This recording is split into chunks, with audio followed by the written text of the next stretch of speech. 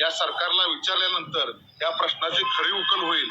आजपर्यंत ओबीसी मराठा प्रत्येक आंदोलनावर हे 3 नेते बोलतात, पण आदिवासी कोळी जमातीच्या मागण्याकडं प्रश्नाकडं या सगळ्या नेत्यांनी महायुती असेल महाविकास आघाडी असेल सपशेल दुर्लक्ष केलेलं आहे. त्यामुळं आमची एक मागणी आहे, तुम्ही लवकरात लवकर शरददादा कोळी यांना खरंच आपल्या कोळी समाजाचा प्रश्न सोडवायचा असेल त्यांनी उद्धव ठाकरे, शरद पवार आणि नाना पटोले यांची या आदिवासी कोळी जमातीबद्दलची भूमिका स्पष्ट करावी. आमचे 70 लाख कोळी समाजाचे वोटिंग आहे. आम्ही काय अरे नत्तू खरे नाही, 70 लाख आहेत आणि कमीत कमी 70 ते 80 मतदारसंघामध्ये आम्ही निर्णायक आहे. कुणाला आणायचं कुणाला पाडायचं हे आदिवासी कोळी जमातीच्या हातात आहे.